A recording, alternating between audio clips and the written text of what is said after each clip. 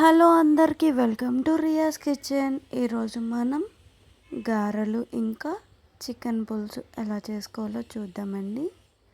గారెలు ఆటోమేటిక్గా మీ అందరికీ వచ్చు కదా. ముందు రోజు నైటే మినపప్పుని నానబెట్టుకుని అది నెక్స్ట్ డేకి రుబ్బుకుని గారెలు వేసుకోవాలండి. ఉప్పు అవన్నీ వేసుకుని. ఇక చికెన్ పులుసు అయితే ఇప్పుడు చూపించేస్తున్నాను.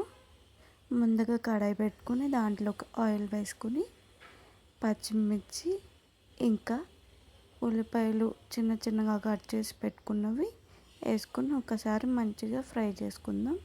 ఇవి తొందరగా మగ్గడం కోసం కొద్దిగా ఉప్పు ఇంకా కొద్దిగా పసుపు కూడా యాడ్ చేసుకుందామండి. యాడ్ చేసుకొని చక్కగా ఒకసారి కలిపేసుకొని ఒక 5 మినిట్స్ మూత పెట్టి ఉడికించుకున్నాం అనుకోండి, చక్కగా మగ్గిపోతాయి.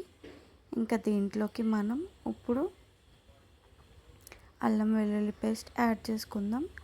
యాడ్ చేసుకుని దాంట్లో పచ్చివాసన పోయేంత వరకు కుక్ చేసుకుందామండి.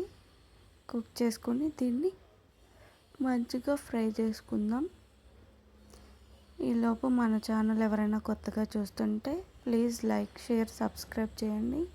మీ ఫ్రెండ్స్కి కూడా షేర్ చేసి సబ్స్క్రైబ్ చేయించండి, సపోర్ట్ చేయండి. ఇంకా దీంట్లోకి టమాటోస్ వేసేసుకుందామండి. వేసేసుకున్న మగ్గినాక చికెన్ కూడా వేసేసుకుందామండి. చికెన్ వేసేసుకుని చక్కగా ఒకసారి కలిపేసుకుందామండి.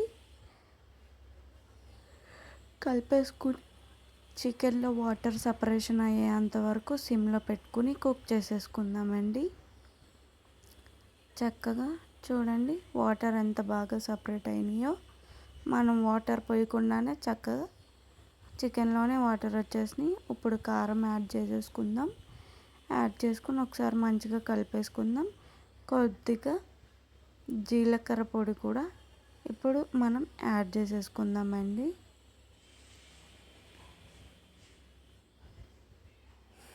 ఇంకా ఇలా ఉడుకుతూ ఉండగా మనం పులుసు అనుకున్నాం కాబట్టి కొద్దిగా వాటర్ ఎక్కువ వేసుకుని, అంటే హాఫ్ గ్లాస్ చాలండి, హాఫ్ గ్లాస్ వేసుకుని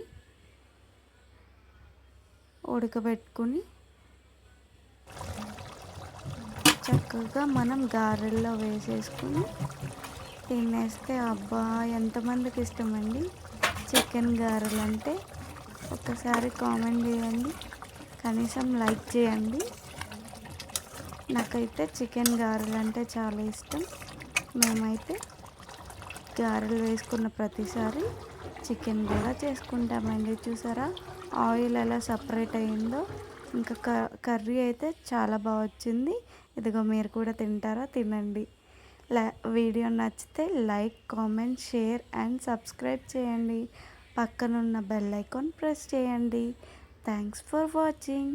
బాయ్ బాయ్.